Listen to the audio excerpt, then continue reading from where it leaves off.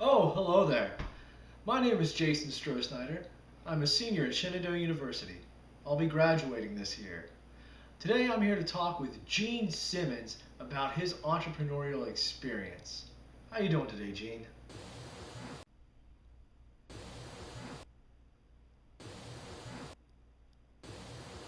You're not in makeup.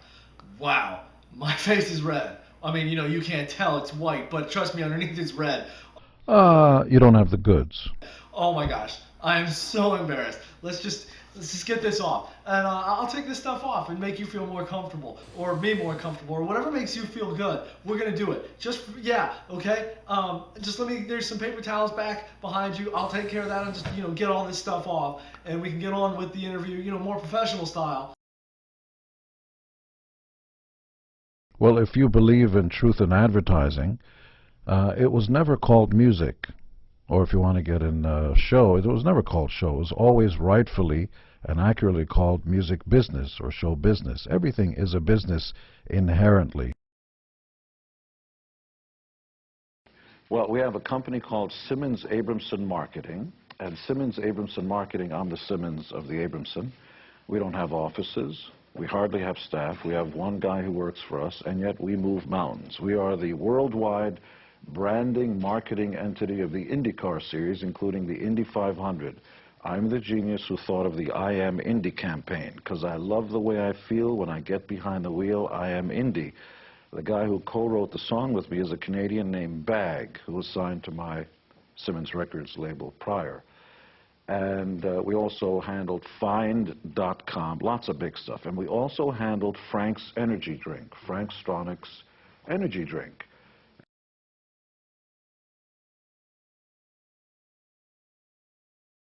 The outset, the heartbeat, the backbone of all business, which is to be trustworthy, to be dependable, and the consistency of your message. So it doesn't matter if you're one person, or a corporate entity, or a political party, or a religious party, or even a rock band. And people miss out on the idea. So all those people out there who steal pencils and keep looking at the clock and get out there 1 minute after 5, get off work, are not going to be the ones that are going to be going ahead in life. These people are going to be stuck. You are the head of a company, let's say, and every once in a while you come to check. You're there a minute before 9, and you're there a minute after 5. And you have to stay the longest because you have the greatest exposure. You have the most to lose. And after everybody's been paid and all the rent's been paid and the thing and the work leave and the pregnancy leave and I forgot to tie my shoelaces leave and Christmas and Kwanzaa, everybody takes paid holidays and everything. There's hardly any money left for the poor guy that puts all the money up and pays everybody. If there's any money left, he's finally going to get paid. Come on, stupid makeup. Oh, no, I'm listening. You keep going. Yeah, business, good stuff. Wear the makeup. So now here we come to the core of it, which is if you're going to hire somebody, you've got a higher level position, a manager, and this is the small end of the business model. Who are you going to give a job to? The guy who's looking at the clock, or the guy who's thrilled, who's qualified first and foremost, but is thrilled and thankful for the opportunity, for the love of labor, not somebody who's looking for a job. See, I'm anti-job. I am in love with labor. My mother.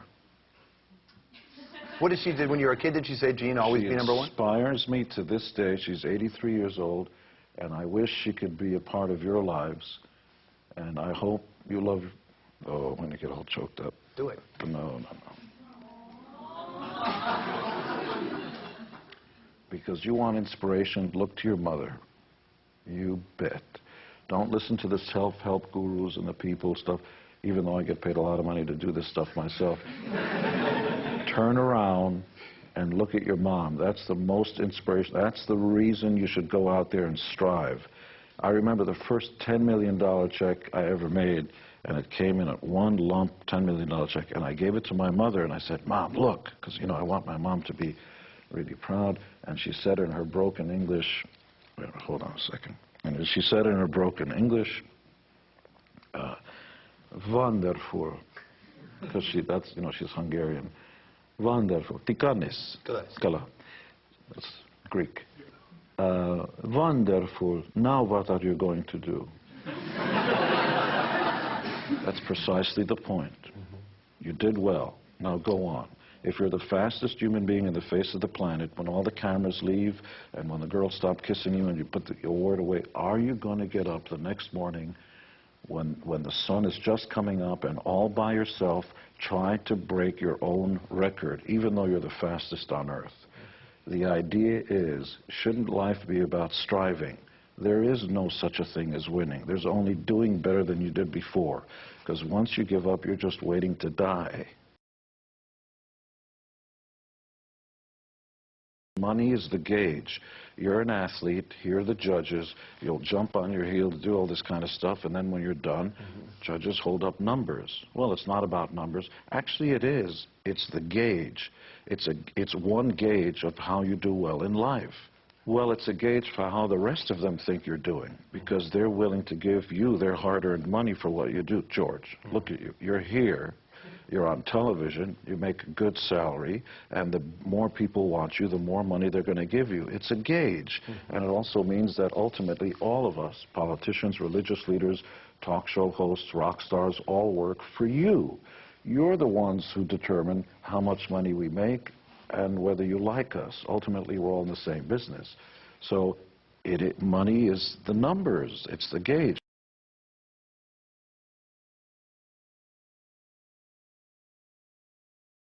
I know on one hand, I'm nowhere near as good looking as I think I am, but because I'm delusional about it, I'm fearless. I can talk without hemming and hawing. I can look at you in the face. I can walk in. It is that will, that strength that actually makes things happen. It's not whether or not you actually have the good. It starts with will. So in business, in social circles, in anything else, it's this kind of, first you need people skills, language skills, and other than that, the will of a giant. Whenever I've trusted the instincts of other people, I lose. I discovered Van Halen. I knew this was going to be the biggest band in America at the time. I don't know why I knew that. I had no qualification. I'd never discussed. It's the first band, other than the band I was in. I said, this is the band that's going to happen. I knew. I'd never created any cartoon shows. I knew nothing about it, but I knew that if I did a show called My Dad, the Rock Star, from the point of view of a 12-year-old kid, I could sell that to Nickelodeon. It's been on 4 years in 200 countries around the world in any language you want to see. It's a big hit. I knew if our show was called Gene Simmons' Family Jewels, people would watch it if I was myself, if I never hid any of it, because besides my stunning good looks, I'm fascinating. Like, don't have a 5-day work week, don't do vacations until you're richer than I am. Get up every day, do lots of work every day, always outreach, always go further, always test the walls, then come back in, retool, make it more pliable, be more flexible, and then go back out there in the marketplace. Understood. I mean, I literally don't carry a watch around. It's not about the time, it's about the work. It's up to you to become educated. In other words, the mountain is not going to come to Muhammad. You're really going to have to roll up your sleeves and become qualified. Qualification comes with access to knowledge. Any field, you're only going to be as good as what you know and the experience you have. You're not going to get the experience without the knowledge. Nobody's going to give you a chance to do something if you're unqualified. So here's the first thing.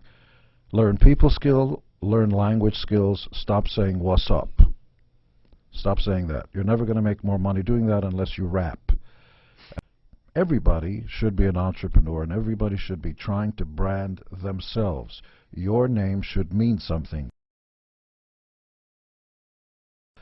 The opportunity that America gives everybody, you cannot fail here. You cannot. The law won't allow it. We are so giving to each other that if your company goes bankrupt, you can Chapter 11 or Chapter 7 your ass out of the way. You hardly ever have to pay the piper. The truth is, you cannot fail. And we have social security systems and health care and this, all kinds of stuff. There's nothing preventing you from succeeding. How'd you like to be born in Iran or Zimbabwe? Okay, so with the same work ethic, the same stuff, no opportunities, no freedoms, I'm here to tell you, you have nowhere to go but up. There's so much money out there, and it's waiting to crawl right into your pockets. Oh, oh, yes, yes, indeed. It's how we do here in my side of town. Oh my gosh, I think that's most of it. uh, um, I kind of missed that last part. Could you start at the beginning?